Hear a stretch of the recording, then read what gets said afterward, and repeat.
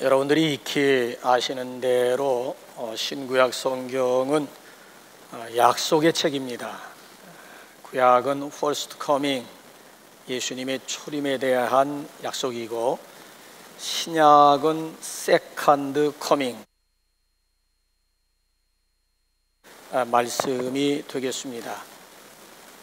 그래서 신약 성경이 모두 216장까지 되어 있는데, 그 중에 318절이 재림에 대한 약속입니다. 성경 5분의 1이 예언인데 그 중에 3분의 1이 재림에 대한 말씀입니다. 그럼 예수님의 초림과 예수님의 재림을 놓고 볼 때에 비율이 어느 정도냐 하게 되면 8대 1의 비율이 되겠습니다. 초림을 한 번 말씀하실 때에 재림이 8번씩이나 나옵니다.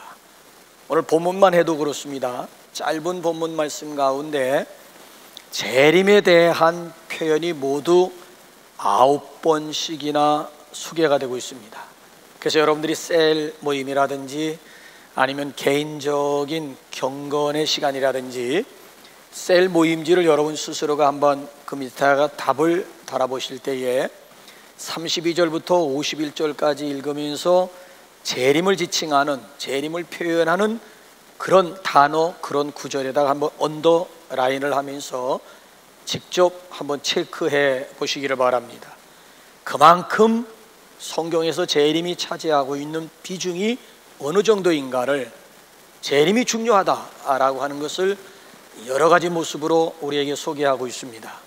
자, 우리는 지금 사중복음 시리즈를 매주일마다 함께 나누고 있습니다. 자, 사중복음이라고 하는 것이 무엇이지요? 중생, 성결, 신유, 재림의 복음입니다. 자, 구원의 관점에서 사중복음을 조명하게 되면은 중생은 영혼 구원의 복음입니다. 자, 성결은 생활 구원의 복음입니다. 자, 신유는 육체 구원의 복음입니다. 재림은 영혼 구원, 즉 온전한 구원의 복음입니다. 자, 이 사중복음 가운데 가장 핵심이 되는, 가장 중요한 복음이 무슨 복음이라고요? 성결의 복음입니다. 왜냐하면 중생이라고 하는 것은 성결의 시작이에요.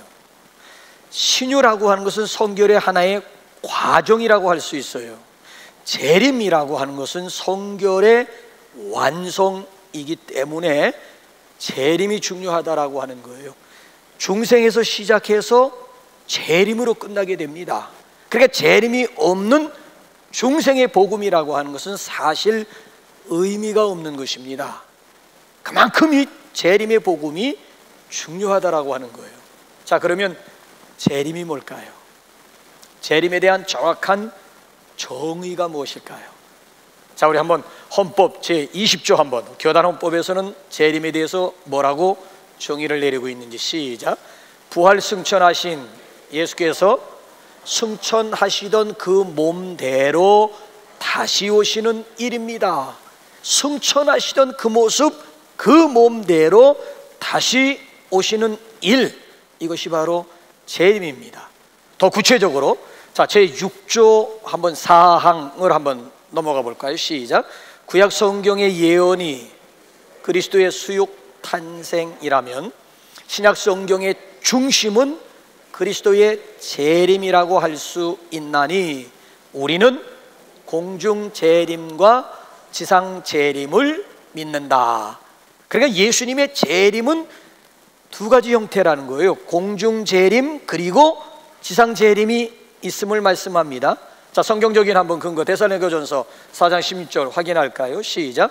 주께서 호령과 천사장의 소리와 하나님의 나팔 소리로 친히 하늘로부터 강림하시리니 그리스도 안에서 죽은 자들이 먼저 일어나고 그 후에 우리 살아남은 자들도 그들과 함께 구름 속으로 끌어올려 공중에서 주를 영접하게 하시리니 그리하여 우리가 항상 주와 함께 있으리라. 자, 어느 날 호련히 주께서 호령과 천사장의 소리와 하나님의 나팔 소리와 함께 공중에 재림하시게 되면은 죽었던 자들이 먼저 부활해서, 화면 치워주세요. 먼저 부활해서 그 다음에 변화된 몸 가지고 부활해서 공중으로 끌어올려 휴거가 된다고 하지요. 그 다음에 이제 살아있는 성도들은 이 몸이 아니에요. 변화된 몸이에요.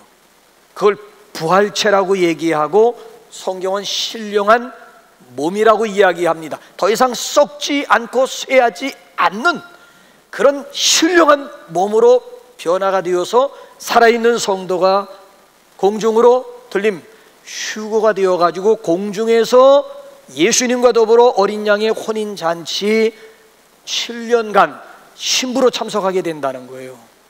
그러니까 우리가 다 죽은 자들이 부활하고 살아있는 자들이 변화되어가지고 공중으로 들림받아가지고 어린 양의 혼인잔치 7년 동안 참여하는 동안에 지상에서는 휴거되지 못한 사람들은 어떠한 삶을 산다고요? 무서운 7년 대환란입니다.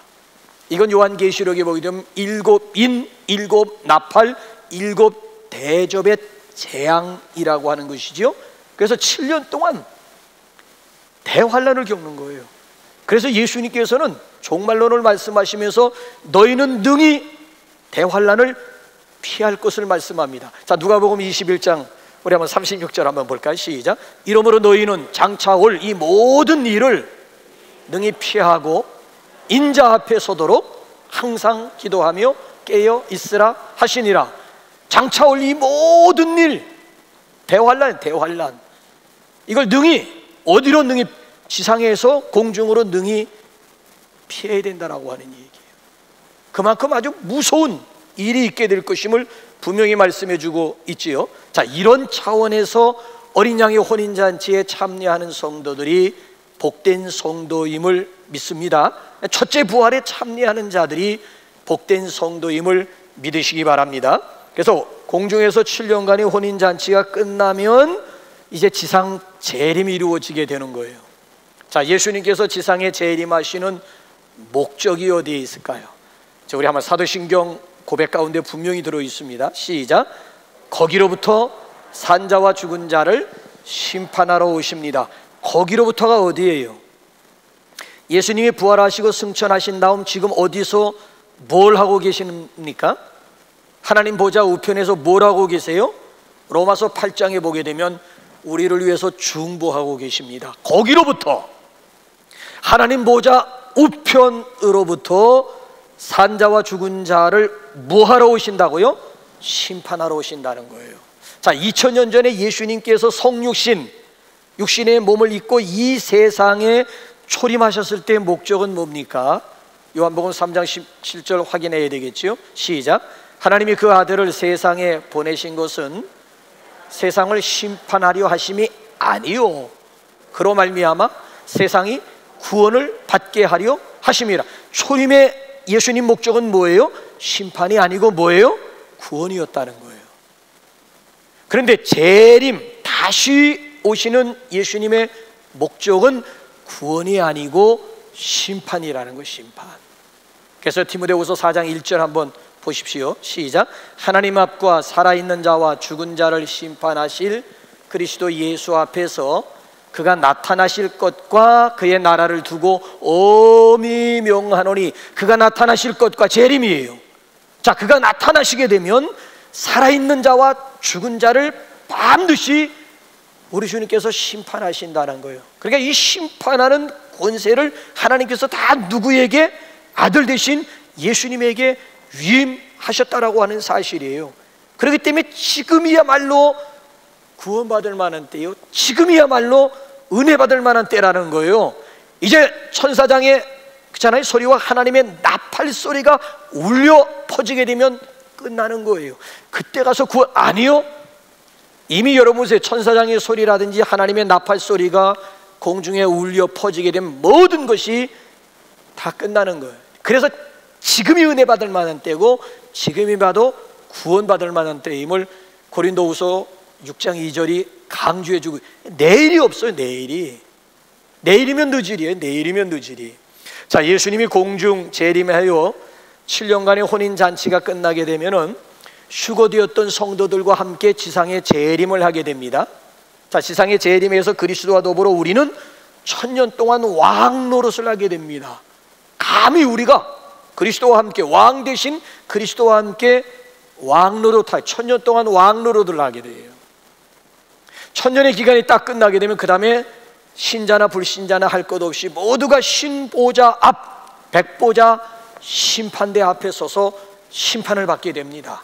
여기에 누구도 예외가 없습니다. 신자나 불신자나 예외가 없습니다. 단 차이가 있다면은, 신자들은 상급 심판을 받고 새하늘과 새 땅, 소위 말하면 영원한 천국으로 들어가게 되고, 불신자들은 상급 심판이 아니고 형벌 심판을 받고 불못, 영원한 지옥으로 들어가. 이걸 요한계시록 20장에 보게 되면 둘째 사망이라고 지칭하고 있습니다. 그래서 여러분, 이 문제에 대해서 요한계시록의 22장 마지막 장에서 굉장히 강조하는데, 한번 12절 다시 확인 한번 해보실까요? 시작. 보라, 내가 속히 오리니 내가 줄 상이 내게 있어 각 사람에게 그가 행한 대로 갚아주리라. 그러니까 재림하시는 예수님의 손에는 상이 있다는 거예요, 상. 그래서 보좌, 백보좌 심판대에서 신자들을 상대로 해가지고 각 사람, 각 신자가 그가 행한 대로 갚아주리라. 그런데 신자들을 대상으로 해서 상급 심판을 행하는 가운데 부끄러운 구원자가 있을 것임을 말씀합니다. 상급 심판 가운데 부끄러운 구원자가 있다는 거예요. 어떤 사람일까요? 자, 고린도전서 3장 한번 14절 한번 15절 누군지 한번 보세요. 시작. 만일 누구든지 그 위에 세운 공적이 그대로 있으면 상을 받고, 누구든지 그 공적이 불타면 해를 받으리니, 그러나 자신은 구원을 받되 불 가운데서 받은 것 같으리라. 그러나 자신은 구원은 받는다는 거예요. 구원은 받는데 불 가운데서의 구원, 소위 말하면 부끄러운 구원자가 된다는 거예요. 왜? 공적이 없어, 공력이 없어, 행함이 없어. 그러니까 믿음 가지고 구원은 받는데 행함이 없다니까요. 자, 우리가 이제 몇 주 전에 십자가상의 강도가 구원받은 사건을 이렇게 우리가 함께 나누면서 마음이 편치 않았습니다. 특별히 여기 앉아있는 모태 신앙 출신들 같은 경우에는 더더욱 그러했습니다. 왜? 아니, 누구는 어머니 뱃속에서부터 믿어가지고 평생 좁은 길 걷고 좁은 문 들어가고 십자가의 길을 걸어 여기까지 왔는데, 저놈은 평생 한짓거리라고 하는 건 엔조이하는 삶을 살고 죄 짓는 삶을 살다가 결국 그 죄값으로 인해 가지고 마지막 죽을 때에도 그냥 죽는 것이 아니라 사형 중에서도 가장 무서운, 가장 아주 끔찍한 십자가 사형을 받고 십자가에 못 박혀 마지막 사형을 당하게 되었는데, 아니, 예수님 공생애 가운데 마지막 구원의 주자가 되리라고 누가 생각이나 했겠습니까? 그 마지막 구원의 주자가 왜 하필이면 평생 못된 짓을 하고 그 죄 때문에 죽어가는 강도가 될 것이냐라고 하는 얘기지요. 누구는 한순간에 구원받고, 누구는 뱃속에서부터 지금까지 평생 외길 인생 홀로 십자가 지고 좁은 길을 걸어온 이런 사람들과 비교해 볼 때 이것처럼 불공평한 일이 어디 있어요? 이것처럼 마음이 불편한 일이. 그러니까 그 누가복음 23장에 나와 있는 강도의 구원 사건을 접할 때마다 이 모태신앙 출신들은 이 마음이 영 불편한 게 아니었습니다. 근데 여러분, 우리 하나님은 정말 공평하신 분이에요. 왜냐하면 여러분, 저 강도가 뭐 공적이 있어요? 무슨 공로가 있어요? 자, 백보자 심판대 앞에서 신자들이 상급 심판을 받는데, 어떤 사람은 금면류관, 영광의 면류관, 시들지 않는 면류관, 의의 면류관, 생명의 면류관, 데살로니가전서 2장 마지막 부분 보게 되면 심지어 자랑의 면류관까지 받아 쓰는데, 도대체 저 십자가에서 마지막 순간 하나님의 은혜로 행위 가지고 구원받는 건 아니잖아요. 하나님의 은혜로 여기 구원받은 믿음 가지고 구원은 받았습니다만은 그의 공적이 어디 있고 그의 공력이라고 하는 것이 어디에 있습니까? 남들은 다 지금 상급 심판을 받아가지고 막 서로 막 축하하면서 막 기뻐하는 그 자리에 겨우 믿음 가지고 턱걸이 구원은 했습니다마는 뭔 면류관이 있어요. 그러니까 정말 하나님은 우리가 생각할 땐 불공평한 하나님인 것 같지만은 각 사람이 행한 대로 갚아주는, 이것이 바로 하나님의 공의요 하나님은 공평하신 그런, 행함이 있는 사람이나 행함이 없는, 공력이 있는 사람이나 공력이 없는 사람을 다 똑같이, 그게 공평입니까? 아니에요. 행한 대로 갚아주는 것이 이게 하나님의 공의요 하나님의 공평이라고 하는 거예요. 그러니까 이 말씀을 우리가 접하면서 다시 한번 재림 우리가 복음에 접하면서 역시 하나님은 불공평하신 하나님이 아니고 공평하신 하나님이로구나. 보라, 내가 속히 오리니 내가 줄 상이 내게 있어 각 사람에게 그가 행한 대로 갚아주리라. 할렐루야. 그날의 형벌 심판이 아니고 상급 심판의 주인공들이 되시기 바랍니다. 그날의 부끄러움 구원자가 아니고 영광스러운 구원자들이 되시기를 주님의 이름으로 축원합니다. 자, 그럼 이제 마지막 부분에 도달하게 되었습니다. 예수님의 재림을 어떤 모습, 어떤 자세로 우리가 맞이해야 될까요? 자, 여기다 이제 초점을 맞추게 되면 오늘 본문 말씀이 세 가지로 우리에게 분명한 답을 주고 있습니다. 첫째는 뭔가 하면은 깨어있어 맞이해야 할 것입니다.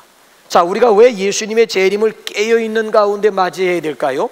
그 이유가 42절 결론에 나와 있습니다. 42절 시작. 그러므로 깨어있으라. 어느 날에 너희 주가 임할는지 너희가 알지 못함. 왜 깨어있어야 된다고요? 알지 못하기 때문에. 예수님이 언제 다시 이 세상에 오실는지 아무도 알지 못하기 때문에. 알지 못할 정도가 아니라니까요. 36절 한번 거슬러 올라가 보세요. 자, 시작. 그러나 그날과 그때는 아무도 모르나니 하늘의 천사들도 아들도 모르고 오직 아버지만 아시느니라. 모르는 정도가 아니에요. 하늘에 있는 영적인 존재 천사들도 모르고요. 자, 이 땅에 다시 오실 당사자인 예수님 당신 자신도 모르고요. 오직 아버지만, only God, 하나님만 아신다는 거예요. 이게 예수님께서 십자가 지시기 전에 제자들을 앞에 놓고 하신 말씀이에요. 왜? 여러분, 제자들이 마지막 예수님의 십자가를 앞에 놓고 두 가지 질문한 거예요. 때와 징조 문제예요. 언제냐? 또 그때가 되면 어떤 징조들이 일어날 것이냐? 징조에 대해서는 마태복음 24장 25장을 통해서 아주 자세하게, 말세의 징조에 대해서는 예수님이 자세하게 말씀하셨는데 제자들의 마지막 질문, 그 때가 언제입니까? 에 대해서는 하늘의 천사도 모르고 아들 당사자도 모르고 오직 아버지만 아시느니라. 그게 신경 끄라는 얘기였어요. 자, 분명히 제자들을 향해서 때와 시기 문제에 대해서는 더 이상 거론하지 말고 알려고 하지도 마라. 자, 그럼에도 불구하고 이 제자들을 여러분 보세요. 이거 십자가 지시기 전에 하신 말씀인데 예수님이 이제 십자가 지시고 죽으시고 부활하시고 40일 동안 세상에 계시는데, 그 짤막한 시간이라고요. 40일 동안 세상에 계시는 동안 제자들이 끈질기게 아주 집요하게 물고 늘어진 것이 바로 때요 시기 문제였어요.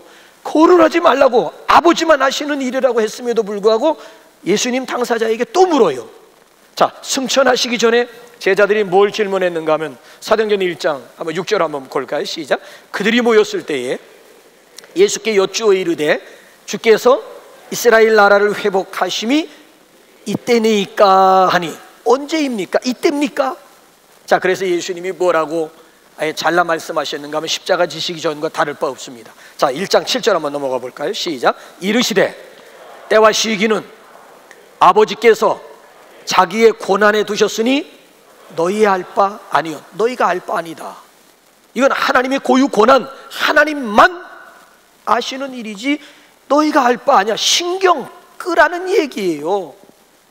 더 이상 때와 시기에 관해서 알려고 하지 말라라고 하는 얘기예요.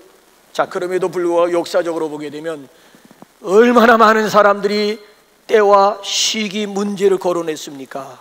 우리나라에만 해도 1992년 10월 28일 이장님 일파들이 전국에 있는 250여 개 교회에 10만 성도들을 미혹했습니다.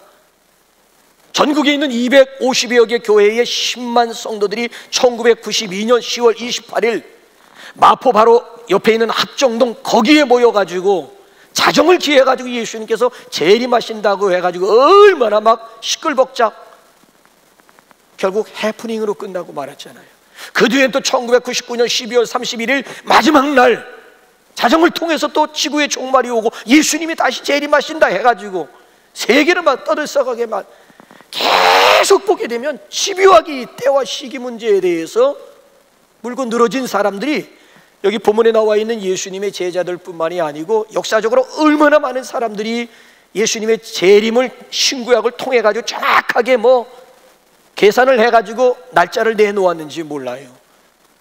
여러분, 시한부 종말론자들은 누가 뭐래도 이건 이단 중에서도 상이단이라고 할 수가 있습니다. 아버지만 아시는 일인데 어떻게 당신들이 알고 몇 년 몇 월 며칠 몇 시까지 알아맞히겠다라고 하는 얘기. 그럼 당신들이 하나님 머리 위에 앉아있다라고 하는 얘기. 이단도 세상에 이런 극단적인 종말론자들, 시한부 종말론자들이야말로 이단 중에서도 여러분 상이단이 아니겠습니까? 여러분 기억하시기 바랍니다. 우리는 그날과 그때를 모르기 때문에 오늘 깨어 있어야 되는 거예요.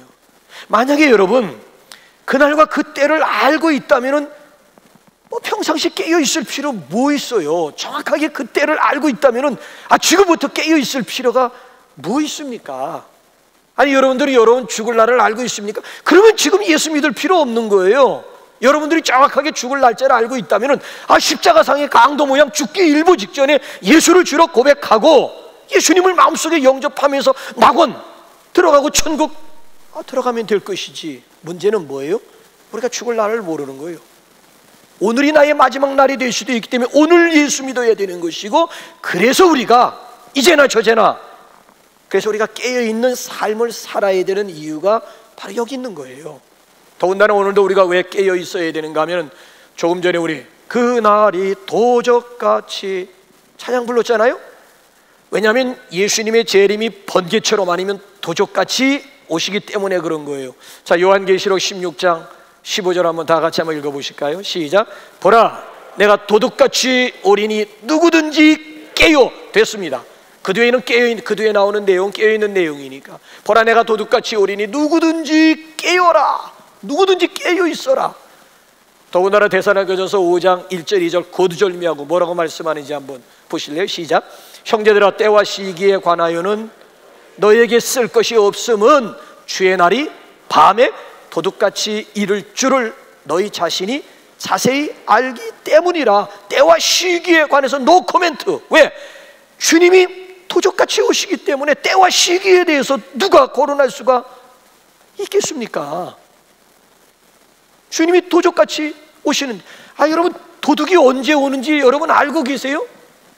도둑이 언제 오는지 모르잖아요. 그러니까 문단속도 잘해야 되고, 그러니까 긴장하게 되고, 그러니까 깨어 있는 것이지. 만약에 깨어 있는 상태에서 도선생이 온다, 그럼 더 이상 그는 도선생이 아니고 반갑지 않은 손님, 불청객이 되는 거예요. 깨어 있는 가운데 도둑놈을 맞이하게 되면 그럼 불청객이 되는 거라고요.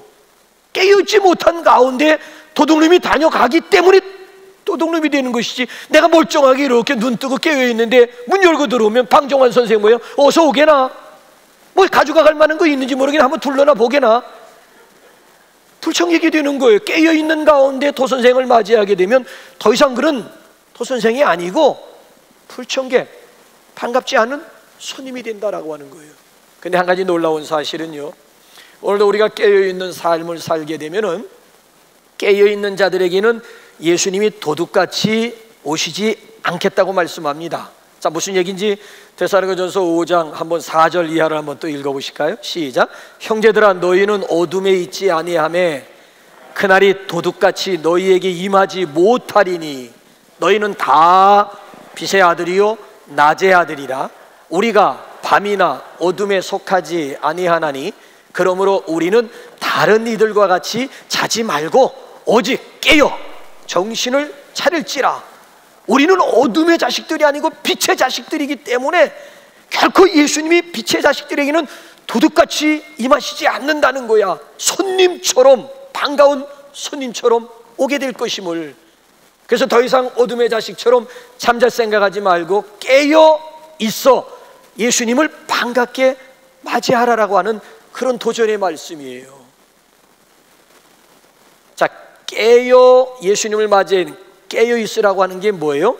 깨어 기도하는 가운데 예수님의 재림을 맞이해야 할 줄로 믿습니다. 그래서 기도라고 하는 것은 깨어 있는, 이건 뭐냐면 기도는 영적 불침번이라고 할 수가 있는 거예요. 자, 그래서 우리 옆에 있는 분에게 첫 번째 대지를 마감해서 우리 한번 조용히 한번 인사하십시다. 기도는 영적 불침번입니다. 자, 우리 한번 옆에 있는 분에게 한번 인사 한번 나눌까요? 네, 아니 깨어라, 뭐 깨어라는 게 뭐예요? 그치? 기도하는 가운데 깨어 기도. 아, 그러니까 기도가 깨어 있는 영적인 불침번이 이게 기도로구나. 이게 에베소서 6장에 나와 있는 말씀이에요. 무시로 성령 안에, 무시야, 무시. 시간이 정해진 거야. 무시로 성령 안에서 기도. 그래서 이 기도라고 하는 것이 영적 불침번이로구나. 자, 두 번째로는 준비함으로 맞이해야 할 줄로 믿습니다. 44절 또 결론이 또 나와요. 먼저는 이러므로 깨어있으라. 그러므로 깨어있으라. 44절 시작. 이러므로 너희도 준비하고 있으라. 생각하지 않은 때에 인자가 오리라. 자, 준비. 이러므로 너희도 준비하는 가운데 예수님의 재림을 맞이하라는 거예요. 자, 그러면서 이 준비의 중요성에 대해서 예수님께서 아주 구체적인 예를 들어 주셨습니다. 40절에 보게 되면은, 40절로 거슬러 올라가게 되면은 두 남자가 밭을 갈고 있는데 준비된 한 남자는 휴고가 되고 준비되지 못한 한 남자는 남겨지게 되었다라고 하는 얘기고요. 그 다음에 이제 41절로 넘어가게 되면 이번엔 두 남자가 아니라 두 여자가, 여러분들 맷돌 갈아보셨어요? 맷돌? 서로 마주 앉아가, 두 여자가 서로 마주 앉아가지고 맷돌을 돌리고 맷돌을 갈고 있는데 준비된 한 여자는 휴고, 들림을 받게 되고 준비되지 못한 한 여자는 그대로 남겨지게 되었다는 거예요. 자, 휴고된 사람들은 공중에서 영화로운 혼인잔치에 참여하는 이런 영광스러움을 누리고 있음에 비해 휴거되지 못한 남자와 여자는 이 땅에서 7년 동안 고스란히 무서운 그 대환란을 다 몸으로 겪어내야 한다라고 하는 거예요. 자, 이 주제가 얼마나 중요했던지 예수님께서는 24장 40절 41절 가지고 부족해가지고 25장으로 넘어가면서 지혜로운 다섯 처녀와 미련한 다섯 처녀 비유를 들려주시면서 이 주제에다가 포커스를 맞춘 거예요. 자, 지혜스러운 다섯 처녀와 미련한 다섯 처녀의 차이점이 뭐예요? 지혜로운 다섯 처녀는 등과 함께 뭘 준비했다는 거예요? 기름 준비했다는 거야. 그래서 결정적인 순간에 신랑과 함께 영화로운 잔치 자리에 들어가게 되었다는 얘기고요. 이 미련한 다섯 처녀는 기름 준비를 못했다는 거야. 그래서 결정적인 순간에 낭패를 당해서 바깥 어두운 데서 슬피 울며 막 이를 부두둑 가는 일이 있었다는 차이는 준비야. 그러니까 지금이야말로 기름 준비할 때임을 믿습니다. 예, 지금이야말로 지금 이 시간에는 우리 모두가 다 눈에 보이는, 그잖아요? 하드웨어가 아니야. 눈에 등은 분명히 등은 가지고 있는데 등 안에 소프트웨어 기름이 없는 거야. 기름이. 아니, 남들이 보면 다 믿는 것 같지 뭐, 똑같지 뭐. 저 사람도 찬송가 성경 끼고 주일날이면 교회 가고 예배당 치, 남들이 보면 다 등으로 똑같지 뭐, 등으로. 근데 결정적인 순간에 와가지고는 기름 차이라고요. 기름이 있느냐 없느냐. 그러니까 지금이야말로 등과 함께 뭘 준비해야 되는 거예요? 기름 준비해야 될 때라고 하는 얘기예요. 그래서 누가복음에 보게 되면 오늘 여기 본문 말씀에 대한 내용이 누가복음에도 나오게 되는데, 누가복음에서는 구체적으로 지금 뭘 어떻게 준비해야 되느냐를 누가복음이 보충해 주고 있어요. 자, 15장 한번 35절 한번 가볼까요? 본문 말씀에 대한 본문이 누가복음에 나오는데 시작. 허리에 띠를 띠고 등불을 켜고 서 있으라. 너희는 마치 그 주인이 혼인집에서 돌아와 문을 두드리면 곧 열어주려고 기다리는 사람과 같이 되라. 자, 천국은 혼인집과 같다 그랬어요. 마태복음도 보면 천국을 혼인집으로 비유해요. 그러니까 혼인집에서 주인이 자, 천국은 혼인집으로 비유하는 주님이 지금 승천하셨어요 지금.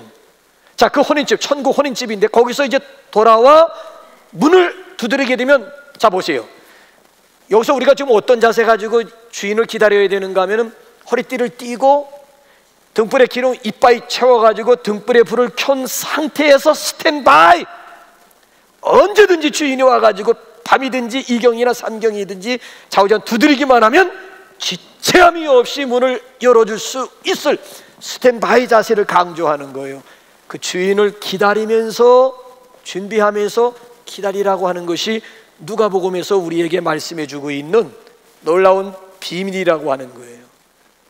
여러분, 저기 광화문에 있는 교보문고 바로 뒤편에는 소방서가 있어요.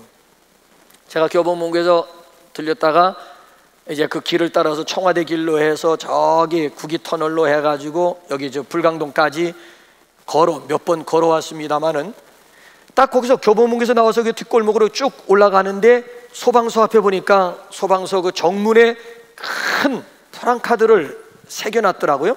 그래서 인증사실을 했어요. 사진 찍었는데 그 내용이 뭔가 하면은, 준비에 실패하는 것은 실패를 준비하는 것이다 라고 하는, 아주 정말 가슴이 팍 와 꽂히더라고요.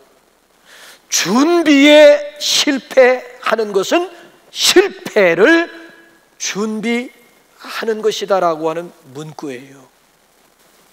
여러분, 그렇습니다. 예수님을 맞을 준비의 실패자들이 아닌 성공자들이 되시기를 주님의 이름으로 축원합니다. 자, 그런가 하면 마지막 세 번째로, 어떤 모습, 어떤 자세로 우리 주님의 재림을 맞이해야 될까? 충성과 함께 맞이해야 할 줄로 믿습니다. 자, 오늘 여기 본문 말씀을 보게 되면은 예수님께서 재림을 놓고서 충성스러운 종과 악하고 게으른 종을 서로 이렇게 비교하고 있지요. 자, 한번 45절 46절로 한번 가볼까요? 시작. 충성되고 지혜 있는 종이 되어 주인에게 그 집 사람들을 맡아 때를 따라 양식을 나눠줄 자가 누구냐? 주인이 올 때에 그 종이 이렇게 하는 것을 보면, 그 종이, 주인이 올 때에, 주님이 재림하실 때에 그 종이 이렇게 하는 것을 주인이 보면 그 종이 복이 있다는, 어떻게 하는 것을 보게 되면, 그 앞에 보게 되면 주인 식솔들이에요. 주인 식솔들을 대신 맡아가지고 잘 관리하는 거야. 때를 따라서 곳간을 열고 양식도 내줄 뿐만 아니라 주인의 식솔들을 내가 대신 맡아가지고 잘 관리하는 그 모습을 주인이 돌아왔을 때 보게 되면 나에게 복이 있겠다라고, 이걸 청직이라고 하는 거야.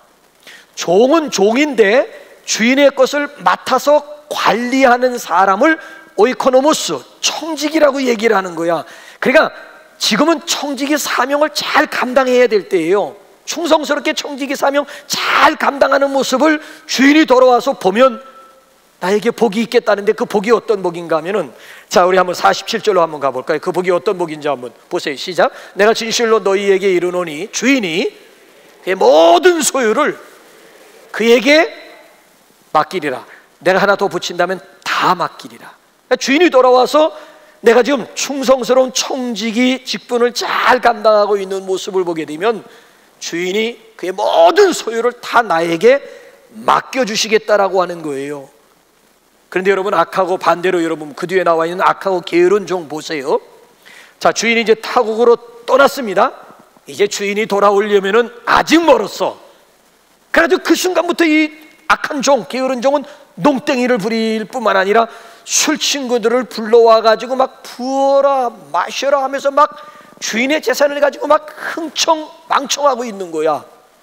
자, 그런데 무슨 일이 벌어지게 되었다는 거예요? 50절 한번 보세요. 50절. 그런데 무슨 일이 벌어졌는지 한번 보세요. 시작. 생각하지 않은 날, 알지 못하는 시간에 그 종의 주인이 이르러, 그러니까 이 악한 종이 생각하지 않은 날, 아니 알지 못하는 시간에 주인이 돌아왔다는 거야. 아, 이것처럼 낭패스러운 어디 있어요? 그래서 그 결과가 뭔지 기어이 한번 우리가 봐야 되겠죠. 자, 우리 한번 51절로 한번 넘어가서 결과를 한번 볼까요? 시작. 엄히 때리고 외식하는 자가 받는 벌에 처하리니 거기서 슬피 울며 이를 갈리라. 거기서 슬피 이 악한 종, 이 게으른 종, 거기서 슬피 울며 이를 갈리라. 이 문제가 얼마나 중요하고 이 주제가 얼마나 중요했던지요, 예수님은 여기 지금 24장에서 잠깐 언급한 것이 아니라 25장으로 넘어가면서 또 비유를 들려주면서 이 주제를 우리에게 환기시켜주고 있습니다. 자, 이 내용이 25장에 넘어가서는 무슨 비유로 들려지고 있습니까? 달란트 비유입니다. 자, 주인이 타국으로 떠나면서 3명의 종을 불렀어요. 그래서 한 사람에게는 5달란트 맡기고, 또 한 종에게는 2달란트 맡기고, 또 한 종에게는 1달란트를 맡겼어요. 5달란트 받았던 종은 주인이 타국으로 떠나자마자 그 5달란트를 가지고 나가서 막 장사하면서 열심히 일해가지고 5달란트를 더 남겼어. 이문을 남겼어. 또 2달란트 받은 종도 역시 주인이 타국으로 떠나자마자 그 달란트를 가지고 밖에 나가서 열심히 막 장사하면서 땀 흘려 일하면서 또 2달란트를 더 이문으로 남겼어. 근데 이 1달란트 받은 종은 어떻습니까? 마태복음 25장 18절 한번 가보실까요? 시작. 1달란트 받은 자는 가서 땅을 파고 그 주인의 돈을 감추어 두었더니, 아니 남들은 지금 열심히 막 땀을 흘리면서 장사하면서 열심히 일하면서 충성하는데 이 1달란트 받았던 이 종은 휴덕히 흘렀어요. 자, 주인이 이제 타국에서 돌아와서 주님이 다시 재림하셨을 때에 어떤 일들이 일어나게 됩니까? 5달란트 받은 종과 2달란트 받았던 종에게 각각 착하고 충성된 종아, 내가 적은 일에 충성하였으며 내가 많은 것으로 내게 맡기리니 내 주인의 즐거움에 참여할지어다. 5달란트나 2달란트 받은 종에게 똑같이 토시 하나 틀리지 아니하고 똑같이 내가 너희들에게 많은 것을 맡기겠다. 어느 정도 많은 것을 맡기는 줄 아십니까? 마태복음은 이 문제에 대해서 마태라고 하는 기자는 노코멘트 했지만은 누가라고 하는 기자는 어느 정도 그 종들에게 많은 것을 맡겼는지 보시면 아마 기겁을 하실 겁니다. 우리 한번 누가복음 19장 11절에 어느 정도 많은 것을 맡겼는지 한번 보세요. 시작. 주인이 이르되 잘하였다 착한 종이요, 내가 지극히 작은 것에 충성하였으니 10고을 권세를 차지하라 하고 10달란트 남긴 종을 향해서 너는 이제부터 10고을을 주겠다. 10고을을 차지하고 10고을을 다스려라. 아니 지금 다스림을 받는 위치에서 이제는 다스리는 위치에 올라가가지고 한 고을만 다스린 것이 아니라 10고을을 다스리는 주권자가 되었다는 거예요. 물론 4달란트를 가지고 주인 앞에 나왔던 종도 그 뒤에 내용을 보게 되면 너는 4고을을 다스려라. 평생 다스림을 받고 죽을 줄 알았는데 이젠 팔자가 달라진 거예요. 팔자가 달라진 거예요. 다스림을 받는 위치에서 이제는 10고을을 다스리고 4고을을 각각 다스리는. 근데 요 1달란트 받았던 종의 운명이 어떻게 되었을까요? 기어이 봐야 되겠지요. 자, 마태복음 25장 28절 한번 가볼까요? 자, 시작. 그에게서 그 1달란트를 빼앗아 10달란트 가진 자에게 주라. 무릇 있는 자는 받아 풍족하게 되고 없는 자는 그 있는 것까지 빼앗기리라. 이 무익한 종을 바깥 어두운 데로 내쫓으라. 거기서 슬피 울며 이를 갈리라 하니라. 얼마나 여러분 비참합니까? 그러니까 이 충성된 종과 악하고 게으른 종의 차이는 딱 한 가지, 코람데오 의식이에요. 5달란트나 2달란트 받았던 종은 코람데오 의식이 있는 거예요. 자, 주인이 타국에 떠났지만 주인이 마치 내 눈앞에 있는 것처럼 그런 마음, 그런 자세 가지고 성실하게 일했다는 거예요. 근데 이 1달란트 받은 종은 코람데오가 없어. 주인 앞에 있다라고 하는 이런 의식. 아, 주인이 무슨 떠났는데 내 눈앞에 보이지도 않고 먼 나라로 떠났는데 내 세상인데 코람데오, 내가 하나님 앞에 지금 있다, 주인 앞에 내가 있다, 이런 의식이 전혀 없는 거야. 그러니까 여기 충성된 이 종들은 늘 내가 주인 앞에, 주인이 나를 보고 있다, 내가 주인 앞에 서 있다라고 하는 이런 의식 가지고 일을 했다라고 하는 이야기예요. 결국 칭찬과 함께 감히 종놈이 주인의 잔치에 참여하는, 주인과 나란히 상에 앉아가지고 잔치를 즐기는 이런 영광을 입게 되었다라고 하는 얘기예요. 여러분, 지금은 예수님이 타국으로 떠난 상태입니다. 누가복음에 보게 되면은 왕위를 받아가지고 오려고 타국으로 떠났다 그랬습니다. 예수님이 지금 타국으로 하늘나라로 지금 떠났어요. 뭘 가지고 오기 위해서? 왕위. 왜냐하면 2000년 전에 이 세상에 오실 때는 아주 초라한 모습, 마국간의 말구 위에 초라한 모습 가지고 오신 예수님이, 초림의 예수님은 너무너무 초라한 거야. 근데 다시 오실 예수님은 더 이상 초라한 모습이 아니라 왕위를 받아가지고 만왕의 왕으로 심판하기 위해서 영광 가운데 이 땅에 다시 재림하실 것입니다. 우리는 그 만왕의 왕으로 심판하시기 위해서 이 세상에 오실 예수님을 어떤 모습, 어떤 자세 가지고 여러분 맞이하시렵니까? 얌전한 새색시 모양 손 요래고 모으면서 예수님이 오실 날을 여러분 기다리시겠습니까? 아니면 구름 타고 오신다고 했으니까 기왕이면 끝에서 북한산중에서 제일 높은 백운대 꼭대기에 올라가가지고 흰 두루마리 입고 공중에서 구름 타고 오실 예수님을 땅에 있는 사람들보다 내가 제일 먼저 맞이하겠다고 백운대까지 기어 올라가가지고 흰 도포, 흰 두루마리 입고 예수님의 오심을 여러분 맞이하시렵니까? 아니면 그냥 보따리 싸들고 기도원에 들어가가지고 날이면 날마다 금식하면서 예수님이 오실 것을 여러분 기다리실 것입니다. 아닙니다, 아닙니다. 우리 주님께서 기대하시는 모습들이 우리 주님께서 그런 모습들 기뻐하시는 것이 아니에요. 손발 걷어붙이고 우리에게 맡겨진 일들 청지기 자세 가지고 열심히 일하는 가운데 우리 주님의 재림을 맞이할 것입니다. 깨어 기도하는 가운데 우리 주님의 재림을 맞이할 것입니다. 언제든지 주님이 오시면 스탠바이, 두드리기만 하면 언제든지 문 열어줄 그런 준비된 자세 가운데 우리 주님의 재림을 맞이해야 할 줄로 믿습니다. 자동차 운전하시는 분들에게 제가 끝으로 한 가지 질문 하나 던져보고 자동차 운전할 자격이 있는지 없는지 한번 테스트 한번 하면서 말씀을 마무리 짓도록 하겠습니다. 자, 자동차 가지고 오신 분들이 속으로 대답하세요. 운전대 양쪽 옆에는 백미러가 있습니다. 그 백미러 하단에 보게 되면 글씨가 쓰여져 있습니다. 글씨 기억하시는 분이 있습니까? 지금 목사님 뭔 얘기? 당신은 운전할 자격이 없는 분이에요. 지금 무슨 거울에 무슨 글씨가 써 있다는 거예요 지금.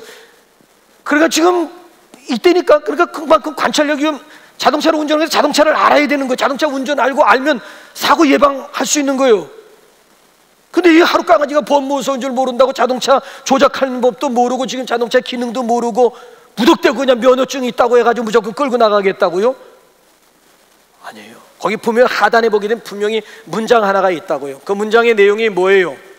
사물이 거울에 보이는 것보다 가까이에 있음. 사물이 눈에, 보세요, 사물이 눈에 보이는 것보다 더 가까이에 있다는 얘기예요. 자, 예수님이 공생애를 시작하시면서 첫 번째로 하신 말씀이 회개하라, 천국이 가까웠느니라 라고 말씀하고 있습니다. 자, 예수님의 초림과 함께 시작된 천국이 정말 이제는 가까워졌다라고 하는 것을 여러 가지 징조를 통해서 우리가 실감을 하고 있습니다. 그러니까 우리가 생각하고 있는 것보다 하나님의 나라가 더 가까이 있다는 얘기예요. 우리가 생각하고 있는 것보다도 하나님의 나라는 더 가까이 왔다라고 하는 그런 얘기예요. 자, 예수님의 재림으로 완성될 그 나라를 우리가 바라보면서 우리도 좀 사도 요한처럼 두 손을 번쩍 들고 마라나타를 외치는 삶을 살아야 되지 않겠습니까? 아멘. 주 예수여 어서 오시옵소서. 오늘 저와 여러분들의 삶이 마라나타의 삶이 되시기를 주님의 이름으로 축원합니다. 우리 이 시간 우리 글로리아의